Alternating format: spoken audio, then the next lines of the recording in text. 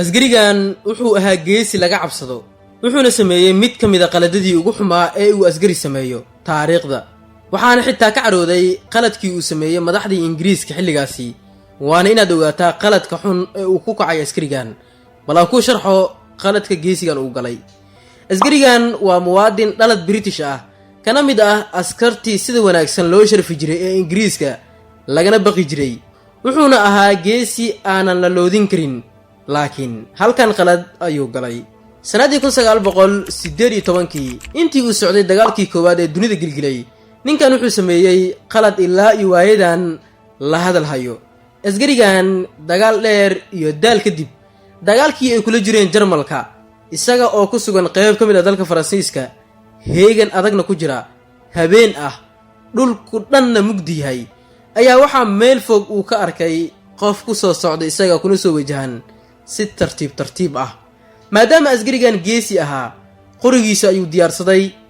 wuuna ku aadiyay qofka ku soo socda maadaama uusan ogeyn in qofka ku soo wajahan cadow yahay ama qaar ka mid ah saaxiibadiis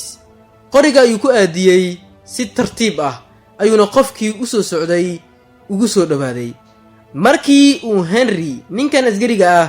ogaaday in qofka ku soo socda uusan hubeysnayn ayuu gaaray go'aankan cajiibka ah oo ah inuu dhaawaco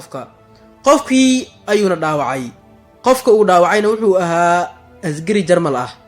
Henry dad badan ayuu horay u dilay laakiin ninkan wuxuu ku cafiyay inuu yahay qof aanan hubeysnayn ninkii wuu dhaawacay madaxa ayuuna ruuxay asgarigani umana uusan tagin laakiin qofka uu dhaawacay wuxuu ahaa qof miisaan culus u leh Ingiriiska inay dilaan ama qabtaan cadow weynna ku ahaa dawladda Ingiriiska wuxuuna ahaa sida taariikhda lagu sheegay Adolf Hitler jabhadkii dalka Jarmalka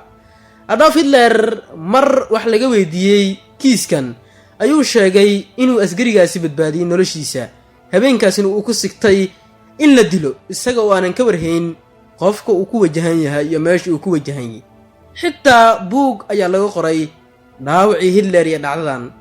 Hitler kadib dhaawiciisa gurmad yar ayuu helay waana la qaaday xitaa Hitler isaga ayaa ka sheekeeyay dhacdadan mar wax laga weydiiyay Henry Tandey waxa uu ka dagaalamay dagaalo kala duwan intii u dhaxaysay 1907 ilaa 1926 wuxuuna ka qayb galay dagaalo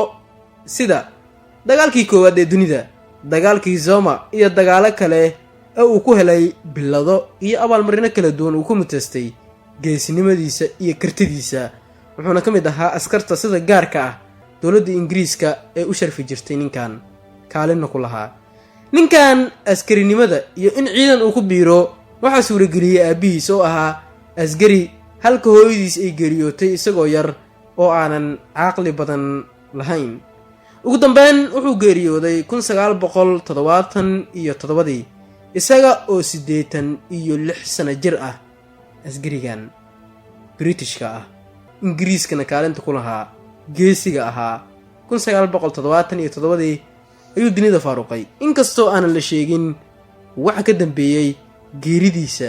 iyo sababta rasmiga ah ee uu geeriyooday waxaana lagu aasay qaybo ka mid ah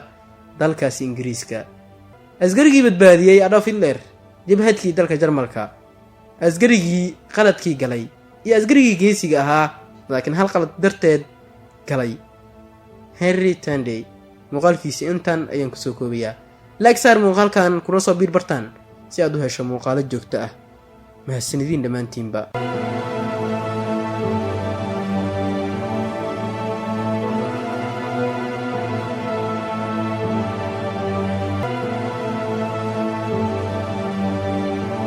fadlan haddii aadan subscribe saarin channelkeena ama aadan follow soo dhihin barteena TikTok-ga waxaan kaa codsanaynaa inaad nagu soo biirto kana mid noqotid dadkana gaarsiiya meesha aan doonayno